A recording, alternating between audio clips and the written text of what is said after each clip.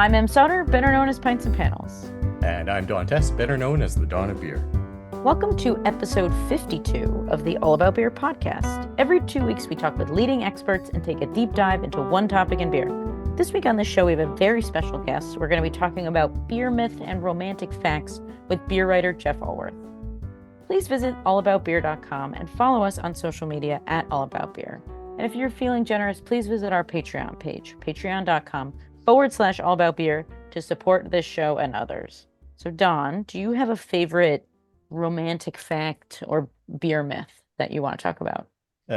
I do. My one thing that, actually kind of drives me crazy is people always insisting that the best beer is the freshest beer. Oh, Jesus Christ. Yes. Because now, fresh beer is better beer overall, generally speaking. Yes. There are exceptions to that. But the reality is that breweries are businesses, beers get canned as the schedule allows, or maybe when the mobile canner is there. It's not necessarily when the beer is the best. And there's many beers, particularly hoppy beers. Everybody talks about how hoppy beers have to be fresh.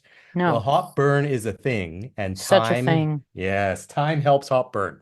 So everybody calm down about the fresh. Fresh is better, generally speaking, but Yes. calm down about it. How Put about you, Em? put your IPAs in the fridge for 3 Yes. weeks if they're fresh. And then I like 21 days on my IPAs. I'm more like 20 and a half, but Mine is a real American one where people think you can't get beer cold and then warm and then cold again. That's a very obviously I'm not talking about like boiling it or freezing it, but you can buy beer in a cooler, leave it on your counter, put it back in the fridge, and you have not done anything wrong. It will be fine. it'll be delicious. Listen to me. I will stop shouting, but please don't do that. Just drink anyway. All right. Well, I'm really looking forward to talking with Jeff Alworth about some of his favorite romantic facts. But first, if you would like to help support the All About Beer podcast, please reach out to podcast@allaboutbeer.com. Speaking of supporting the show, here is a word from our sponsors. Welcome to Estrella Galicia, where brewing excellence has been a family tradition since 1906. They're all about lager, rooted in German brewing heritage, maintaining their commitment to tradition. They brew exclusively in their original brewery in La Coruña, Spain. Each beer boasts its own distinctive recipe. No shortcuts, no compromises. They shun high-gravity tricks and avoid additives, even in their alcohol-free beers, and stick firmly to traditional methods. Their passion for beer sets them apart as they embrace and celebrate the art of brewing. At Estrella Galicia, they love beer above all things. Experience the difference and learn more about it on Instagram at Estrella Galicia, USA. Jeff Alworth is a writer living in Portland, Oregon. He writes about beer, cider, and occasionally politics. His books include The Beer Bible, The Widmer Way, The Secrets of Master Brewers. That's my M. Sauter's personal favorite. Me too. Real sleeper. Jeff, you want to read it, Jeff? And the audiobook, excellent. Anyway, and Cider Made Simple. Jeff has taught university courses about beer and the brewing business and regularly leads educational tastings and events. He has appeared widely on radio, podcasts like this one, and television, including CNN's Headline News and the History Channel. In the spring of 2024, Jeff helped found the nonprofit Celebrate Oregon Beer to promote the state's brewing and hop growing industries and to serve as the organization's executive director. Welcome to the show, Jeff. Thanks for having me. So you sent me a list, which I really liked that you did my work for me, and I respect So that. well organized. So well organized. But you apparently had a conversation with our esteemed editor and producer, John Hall, about something called like beer's romantic facts. What do you mean by that? Well, this is a thing that writers have to confront a lot. I think John and I were talking about these things that kind of function as facts out in the world. I'm sorry, a truck is rumbling by. We have a lot of construction going on in our neighborhood right now. Cool. So Couldn't hear any of it, so you're good. Things that are kind of passed on from person to person until they have until everybody knows that they're right, but they're not really right. And John and I were talking about, as writers, how we have to try to negotiate these, and we came up with the word or the phrase romantic fact to describe these things that weren't actually facts. They were much more fueled by the story behind them, and in journalism they say sometimes a fact is too good to check, sort of like that. Do you, Is it like a myth? Is a romantic fact and the myth a same thing, or is it different? Yeah, it can be a myth. I like to think of the romantic fact as having a little bit more of a story behind it. Being motivated by the whole theater of whatever great tale is being told. Um, and some of them are, yeah, some may be more myth than fact. I'm not sure where to draw that line, but beer really somehow, I think, because we sit around drinking beer at pubs, uh, passing these things back and forth, it really encourages the romantic fact maybe more than other industries. do you find that some of these romantic facts, like they're so ingrained that if you try and correct people on them, you're the one who looks like an idiot? Yeah, I mean, Yes, if yes. I'm if I'm hanging out with lay people and they start offering up a bunch of weird stuff about beer, I usually don't correct them. Yeah, okay. Why not? Why not? Why not? Why not? I don't want to be that guy. Nobody, they're having Oh, fun. They're drinking I'm that guy. beer. Yeah, I mean, I used to, and sometimes I'll sort of redirect and say, "Oh, well, that's interesting. I know an interesting fact about, something, and maybe I won't refute it directly, but I'll kind of redirect, and so I don't Hmm. have to." A lot of times, these things do have very florid backstories, and I prefer not to. At least I prefer not to have to listen to them again. Okay. So you did, I said before, you made us a list. And so we're going to go through them. And We're there's some checking really, it really, twice. yes. All of these are naughty and nice, I guess. Yeah. That didn't make sense at all. All right, let's get into this. So the first thing on the list for, I think, which is a really good establishment of a romantic fact, is kind of a older one, which is the Bach tank dregs. Do you want to explain that? A lot. I mean, I'm of a certain generation, so I had never heard this until recently. It has a real like ask your elders vibe. But if you want to, yeah, Wow, what is am I ever yeah, insulted? But what anyways, keep going. Well, you are as old, your elder, let yeah, me you are gather both older than round, me. kids. Yes.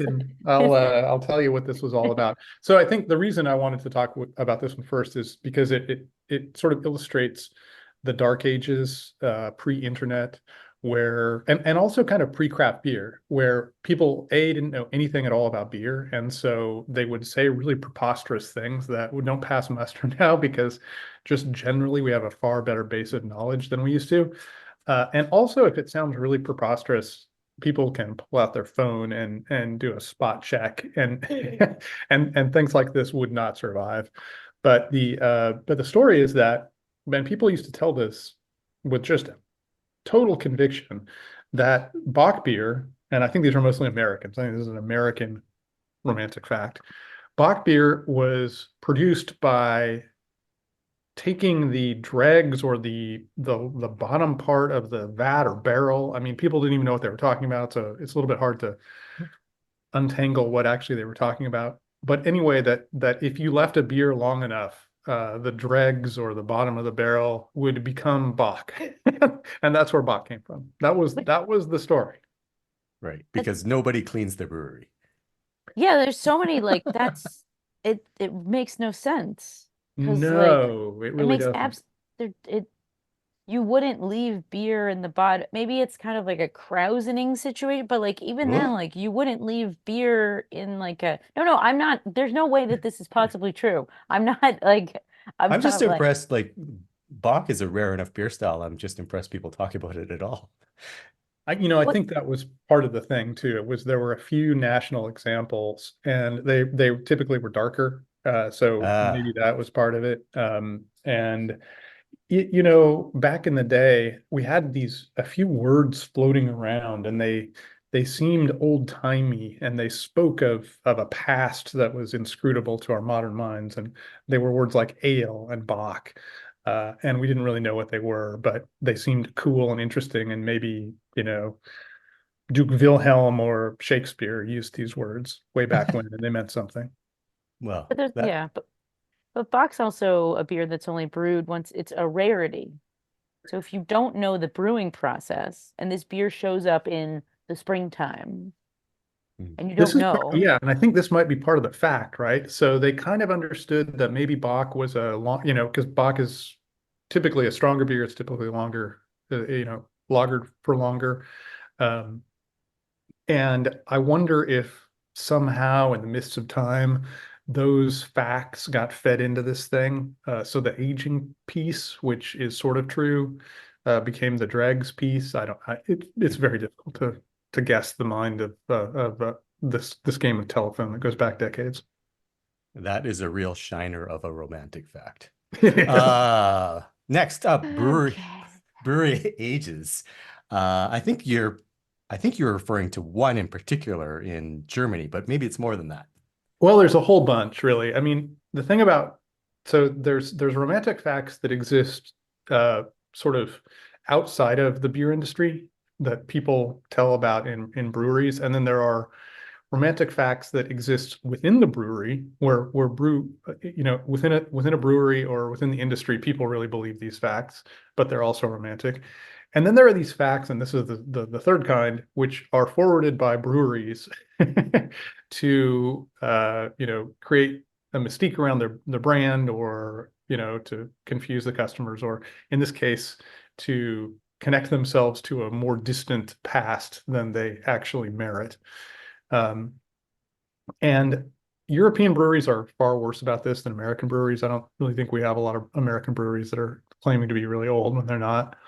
But I think one of the best examples that I have, there are others, but let's start here, is Stella Artois, which if you look at a label, it says 1366 on the label, which is really old, first of all. And Stella is a lager, and it would be an extraordinarily early lager, and lager wasn't being made in Belgium at the time. So what does this all mean? Well, apparently the brewery connects it back to brewing activity in the village that happened in 1366, but the actual brewery of Stella Artois came much later, So centuries you're later. so you're telling me I can't go back in time to 13 and drink a Stella Artois. Yeah, believe it or not. The Damn it. Belgians are really bad about this. The Belgians often do this thing where they're like, well, brewing happened around here once, so let's put that date on our label. Huh. There have been people living in my village for over 100 years, so I must myself be over 100 years old. There you go. By the transitive property. Exactly. Yeah. And I think this gets into these romantic facts. So I think nobody would argue that Stella should have 1366 on their label, but it does kind of get into a question of, what counts as continuity, and what, this is where the romantic fact gets into fact, and there's a blurry line in between. Weinstefaner is, the brewery in near Munich, they have 1040 on their label, and it's a little bit more legitimate because monks started brewing there in 1040, and it seems like mostly there has been a connected lineage of brewing that's happened there.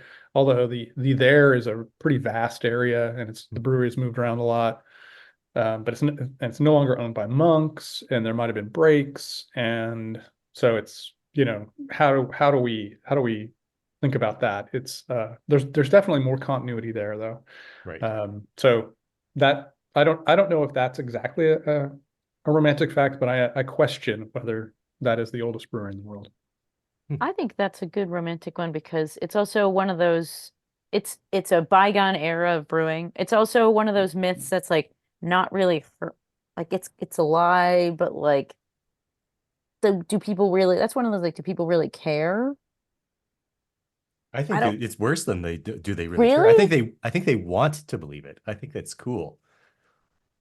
Yeah, I Yeah. mean, I gotta sometimes when I talk about this stuff, people uh push back on it, and if they're fans of the breweries, they try to defend them, and I get all that. But the three of us here are journalists, and we, I think it's worth for us looking at the person or the entity who is trying to push this and think about why they might be trying to do that. And if a brewery is claiming some romantic fact as part of their biography, I think there's a really good chance that they're doing that because they want to sell more beer. And then we have to ask ourselves, is it our job to help them sell more beer, or should we be skeptical about some of the claims they put out there?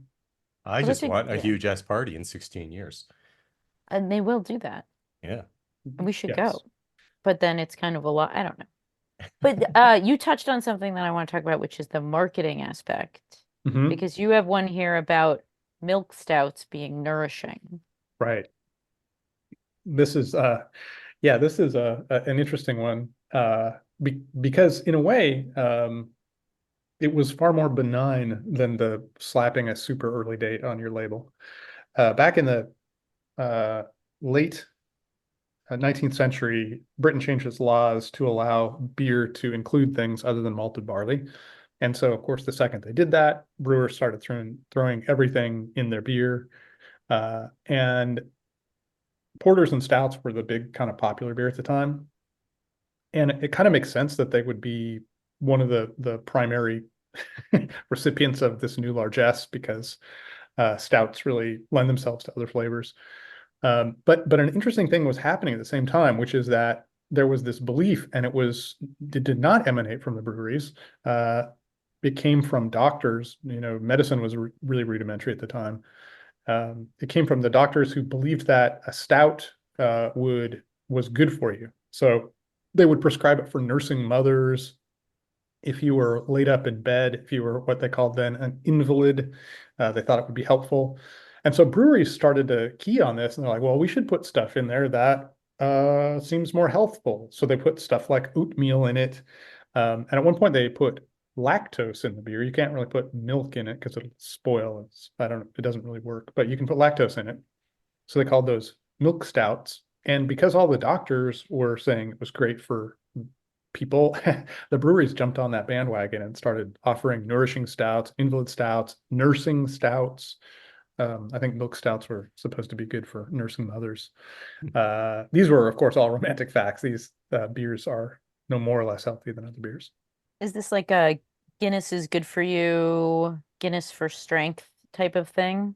Yeah, I think it did date to that era when that was kind of the popular belief. So Guinness is not going to help me like lift my horse above my head and then walk down the street like the ads claim.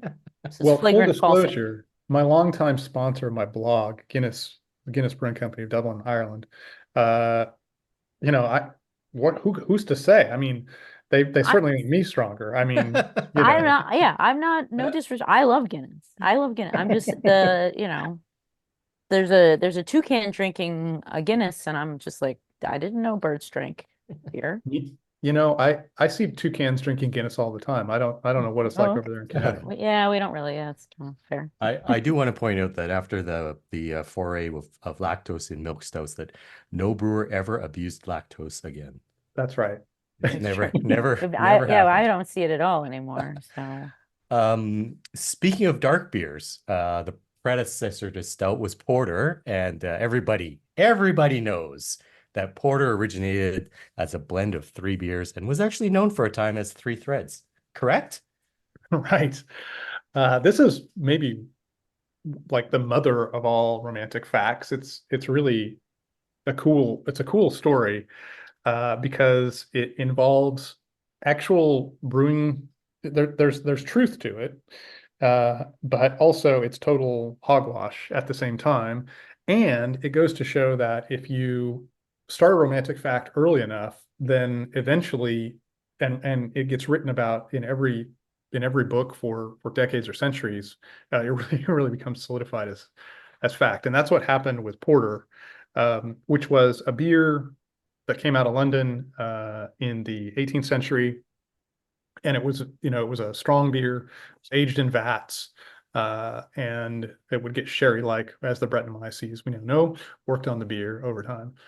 And it had been around a long time when a guy named John Feltham, I don't know how you pronounce his name, wrote a book in which he conflated a practice that happened in the pubs with the way beer was made. And he described the process, which consisted of a third of ale, a third of beer, and a third of twopenny, which is strong pale ale, as being the way that you would make porter. And these are the kind of blends that would have happened at a pub.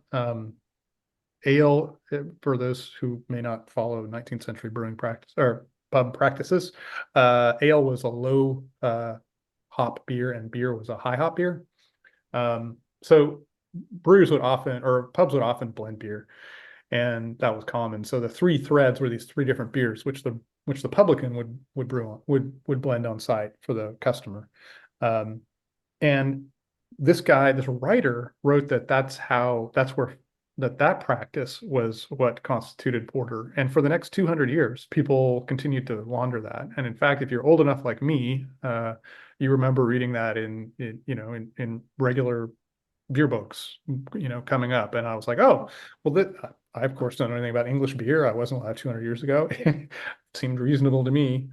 Fortunately, we had historians come along. I mean, Sorry, that's my dog. Oh, that's okay. Oh, it's nice that when dogs join the podcast. I mean, I'm younger, but I remember learning that and thinking Yeah. it was true. So I mean, there's a lot of things that are people still.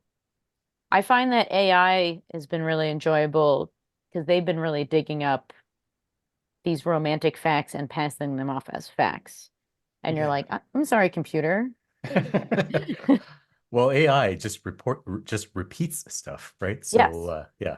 Just as So in yeah. fact, we're gonna get more romantic, like it's gonna get worse thanks to AI. I think Well, it we will just- get worse.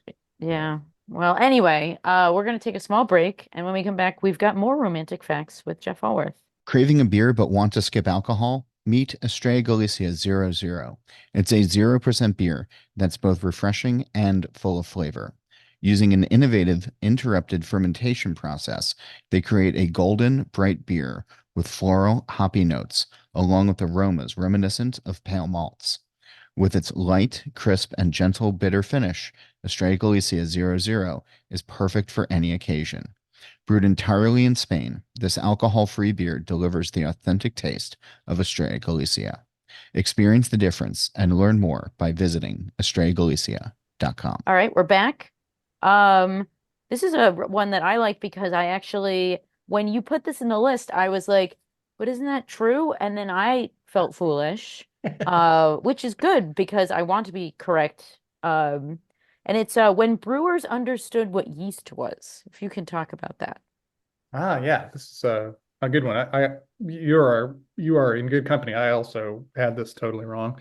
And it was super embarrassing when I realized how wrong I was because I had all the data in front of me to not be wrong, but I was. So the story is that brewers prior to Pasteur didn't know what yeast was.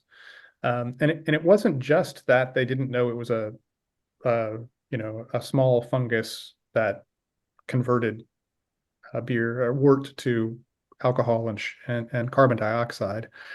It was that they didn't understand how fermentation worked at all. And so it was kind of regarded as a magic process that, medieval brewers didn't have any idea about. And that was also like the porter thing, absolutely totally bog standard. Everybody talked about that. And I guess it kind of made sense on a surface level. And apparently you bought it, I bought it. It seemed I like, bought it. okay, that makes sense. The old timies, they didn't understand things like we smart people in modern times. But I was at Schlenkerla when my little bubble was burst, and Matthias Troon, the owner, one of the family owners, his family is, I think, the 6th generation or something on that brewery. He said, "Oh, no, that's totally wrong." And I know you Americans always say that, but it's totally wrong. And in fact, in medieval Germany, there was a guild called the Hafener Guild.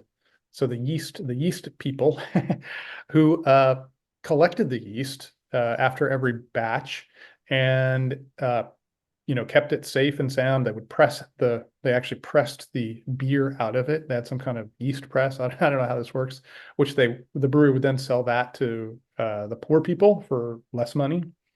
And he's like, so they totally have it. And the light dawned on me, and I said, oh, of course, I homebrew. I know that there's no way you don't know what yeast is, because you brew and then you get this white layer of stuff at the bottom. And he said, Zoig, yes, it means stuff. Yeah, exactly. That's what they called it, Zoig. So yeah. So of course brewers knew what yeast was, and of course they pitched the yeast. They didn't know it was a microbiological process, but they understood exactly how it functioned. And could manage it. Like, this wasn't happenstance and luck, like some people think. Yeah. Totally. Yeah, totally. So speaking of yeast, tell us the romantic fact around smuggling lager yeast to Urquell. Yeah, this is a fascinating one. I would love to know where this one came from. It was, pretty common, and you saw it everywhere. It was sort of like the porter thing. It was retold and retold and retold. And I don't know if the brewery was involved in that, because it's kind of a cool, the more myths or cool stories you get people talking about your beer, the better. It's just, if people are talking about your beer, that's a cool thing. But I mean, it's unnecessary, because that brewery is so important, and so much of the stuff that happened around the brewing of that first Pilsner beer was so important. But one of the stories that was told about that was that in order to brew that first beer in Pilsen, they had to smuggle the lager yeast in, because there was no lager yeast in the Czech Republic, or Bohemia. I think it was still the Austrian Empire, Austro-Hungarian Empire. Right. I'm not sure when all those happened. I'm not good with empires, but anyway, the claim was that they had to smuggle it in, and there's one variation on it that it was monks who smuggle it in, which in beer, one of the romantic fact rules of thumb is, if monks are involved, it's probably a lie. Like people throw monks into a lot of stories where monks don't belong. Yeah. But just never because trust a monk. Yes, well, the monks are fine, but people okay. always try to make things more intriguing by the inclusion of monks.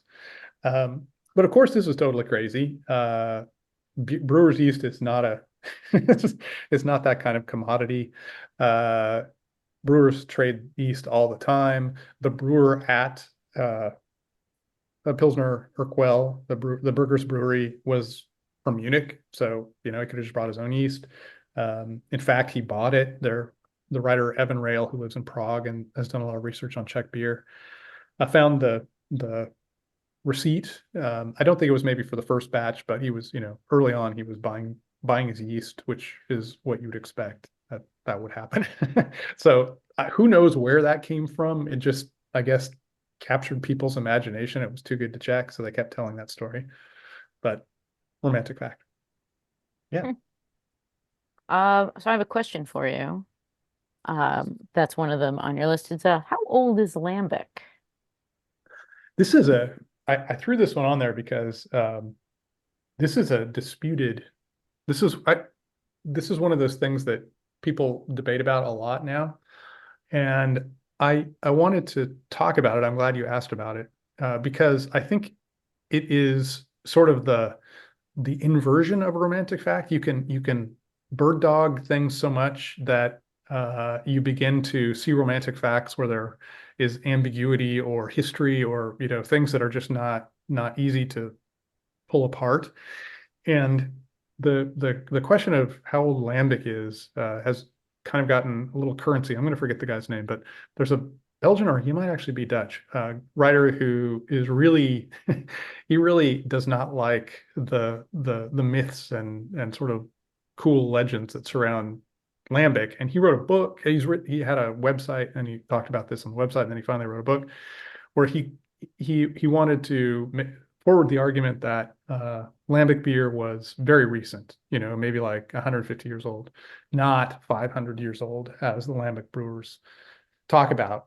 And so here we have, the assertion of a romantic fact. His idea is that the brewers in, Bruegel's time, when we see that beer that it's in those paintings, that was not lambic beer, because for a number of reasons that he cites, but I think they're all kind of bad. And I think his failure to understand how beer evolves and changes means that if you get too prescriptive about some of these definitions, then basically you see no continuity, because beer is constantly evolving.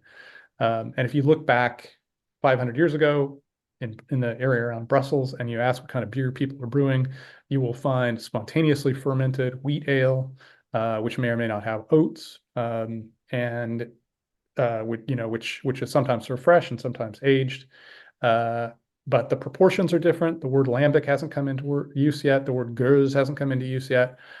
But it's basically lambic. The continuity between the beer that people were making then and now is far, far closer than the continuity between what English brewers were calling porter in the late 1700s and what we call porter today. And nobody claims that porter didn't start in the 18th century. So I feel like sometimes the romantic fact question can be turned on its head too. So if you're spending too much time with people debunking romantic facts, you can also be skeptical about that. Fair.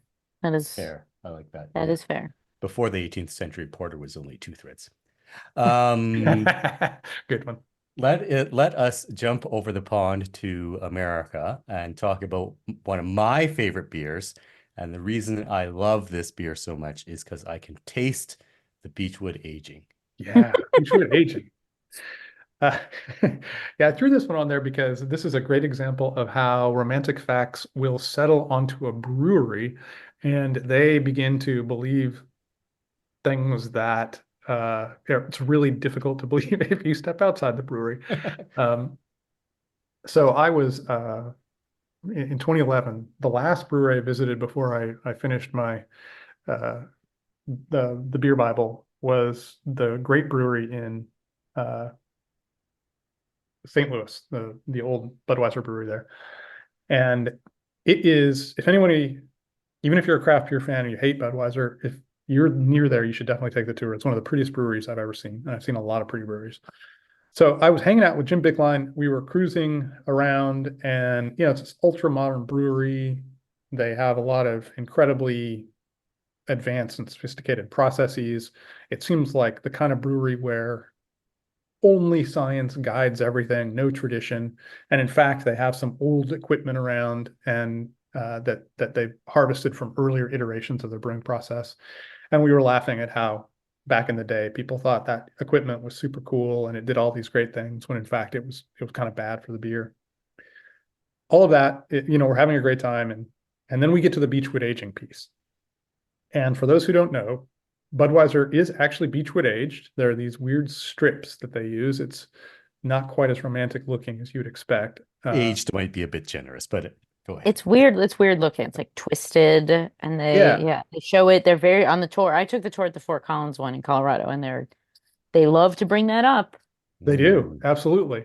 And they have these little, torpedo-like things that they put the beechwood in and put that the lagering tanks. And I guess the idea originally was that the beechwood would collect the yeast, maybe even attract it, that it was hydrophobic or philic or whatever, it attracts yeast. I don't know. Anyway, we got to this piece and Jim really starts going into how great beechwood aging is and how it is really important to the character of the beer. And I'm like, Jim, what are you talking about, man?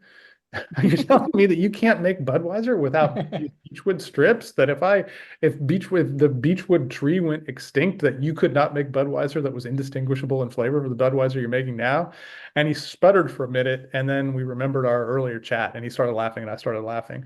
And it was one of those moments when I developed an enormous affection for Anheuser-Busch because even within the brewery, they are committed to beechwood aging as an important part of the character of the product. And, I think probably everybody outside the brewery just thinks it's a stupid marketing gimmick, but no, they actually really care about it inside the brewery. And that's kind of cool.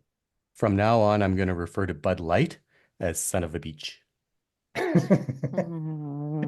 On.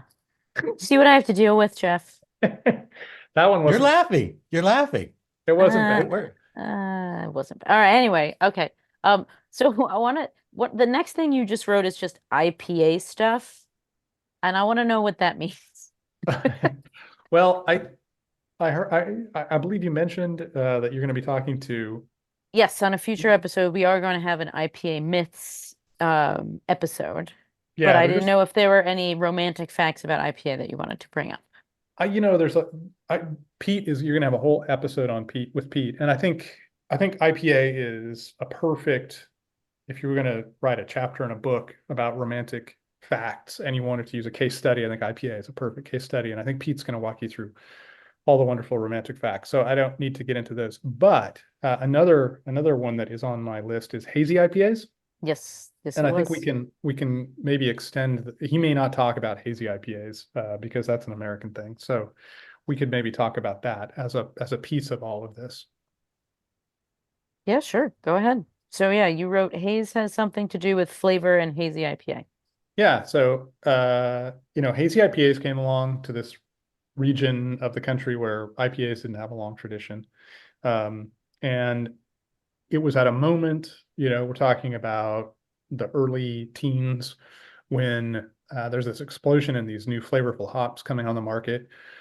Citra Mosaic are out, and breweries everywhere, not just in New England, but everywhere, are really starting to shift towards a juicier profile, getting away from bitterness, making their beers really, fruity and saturated. But in New England, it's a place that doesn't have a long tradition of tasting IPAs or have seen this evolution. This evolution started in the mid aughts on the West Coast, maybe even earlier than that. But it kind of comes out of nowhere in New England, and it comes in this weird package where these beers, because of the way they're made, and partly because they're on small systems, so they're just generally a little bit more rustic. They're very hazy, and then people started associating all this flavor and aroma profile with the haze, and breweries like couldn't get out of that because the customer expectation was that the hazy IPA had the juice, so the haze must cause the juice. And it was really for a hot minute. This will probably be memory hold, but having written about it, I remember a lot of people were writing about that there was that conflation happening, and breweries were trying to make their beer as hazy as possible. And when in fact what they were really selling was the juice, not the haze, but people were buying the haze. And that was a fascinating kind of romantic fact that was bubbling up real time. I even heard of some breweries adding flour to their beer to make it hazier. Right. Just bizarre. Yeah. I mean, they definitely try to accentuate it, and did for years, the use of wheat and oats A lot of were, wheat oats, yeah. yeah, they were partly for mouthfeel, but they were also partly just to increase that haze. It was just the visual piece was such an important part of that. And there was kind of this conflation about what was cause and what was effect. And really the haze was the effect, not the cause. Yeah. This is one I'm excited to talk about because I'm a nerd. And it's one I believe, so I'm still I'm gonna have to do some research after you explain it to us, Jeff. But cohumulone, high cohumulone hops cause harsh bitterness. Yeah, so this is an industry-wide belief, and it was really common for I don't know how many decades, but and it really came into vogue in the modern era. It was cohumulone is a component of hops.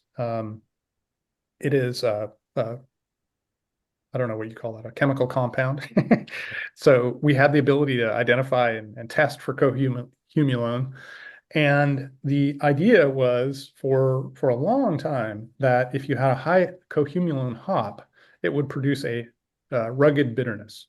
And this was just basically taken as gospel. And one of the reasons that we still, when you look at hop constituents, when you go to a hop site and they show what's in a hop, they still mention what the cohumulone level is. It dates back to this being a really important component. People thought of whether the beer was going to have a rough bitterness or a smooth bitterness. And partly it mirrored the thinking at the time, which was that the noble variety hops from continental Europe, particularly continental Europe, but also like East Campgolding and a few others elsewhere, they all had low cohumulone and they produced what the Europeans thought of as very fine bitterness, whereas the American hops, which were always really pretty rugged, produced with their higher cohumulone levels, produced rugged bitterness. So it was just an unexamined belief for decades. I don't know how long, but once they started actually examining it and doing research and trials, they found that cohumulone was not correlated with fine bitterness. So it's kind of fallen away. Interestingly, cohumulone now plays an interesting role in terms of whether the cohumulone level versus the oh no, I'm sorry, that's alpha and beta. I got confused. Never mind. I don't know why Hop, I hop don't know why we're science is really like all the like Yes. lupulin, alpha acids, beta acids, when they actually like activate the Found amount of like thiols, free yeah, thiol. yeah, Oh, thiols, myrcene, linalool. oh. and Lord the have Like, mercy. the thing about all of this is you have the objective and the empirical in the fact that there is linalool in hops. There's cohumulone in hops. Biotransformation happens. All these things exist. But then we have the subjective, which is how do they impact the flavor of beer, the flavor and aroma of beer, which, if you go back to the cohumulone thing, the concept of fine bitterness is pretty darn subtle. I'm actually of the belief that it defines something real. But once you start asking a bunch of people what fine bitterness is, I think you start getting into some pretty darn murky waters. And that's so true with so much of what's going on with hops. A lot of it is the only way we have to evaluate it is subjectively, even though we know that stuff is in there. Ultimately it's all about our aesthetic appreciation. So it becomes pretty challenging. Harsh bitterness is the result of insufficient beechwood aging. That's not one No, I've heard, no. but let's No, get it on a few no, websites and into no, the AI machines. no. All right. Jeff, thank you so much for coming on Sorry, the there's program today. More dogs. Totally that, fine. that's the mailman. We like Rosie dogs. stays It's Oh. all on good. mailman. The mailman's early. Doesn't the mailman come later? Yes, typically he's a couple hours early, but we're Wow. recording, so of course he came early. Of course, of course. For people who want to ask you more about cohumulone, do you have a website or social media that we can direct them to? Yeah, my website is beervanablog.com. That's kind of the hub for everything. Find all my contact stuff there. It's probably the best way to find me. Cool. I'm on Great. all the social medias, but What's your social media handle? on Twitter it's @beervana. On Instagram it's jeff.alworth. I don't know what it is on Facebook. Just Google. That's fine. Search it. Yeah, just look it up. Jeff, I am thank you so not. I'm not much. on TikTok, and That's I'm I am damn all, lazy yeah, on TikTok. that is TikTok is confusing and I don't understand it. And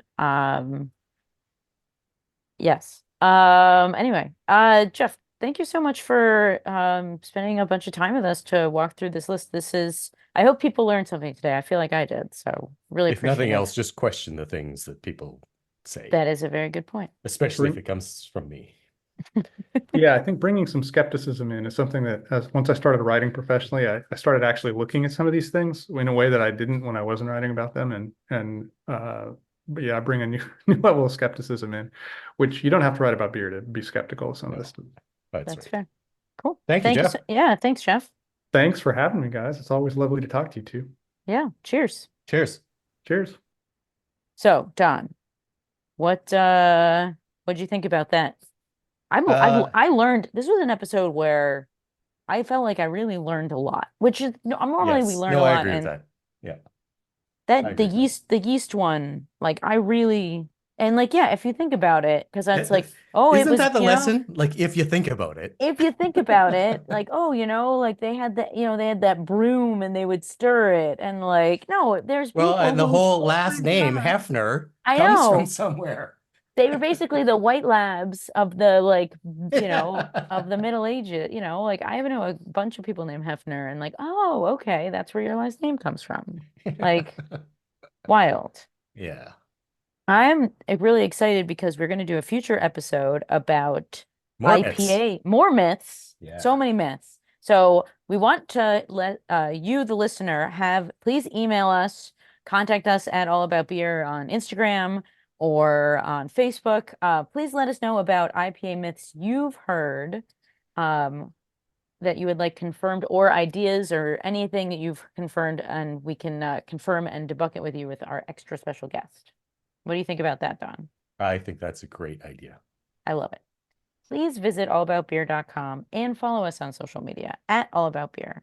And once again, if you're feeling generous, visit our Patreon page, patreon.com/allaboutbeer, to support this show and others. If you have any questions for the experts, email podcast@allaboutbeer.com.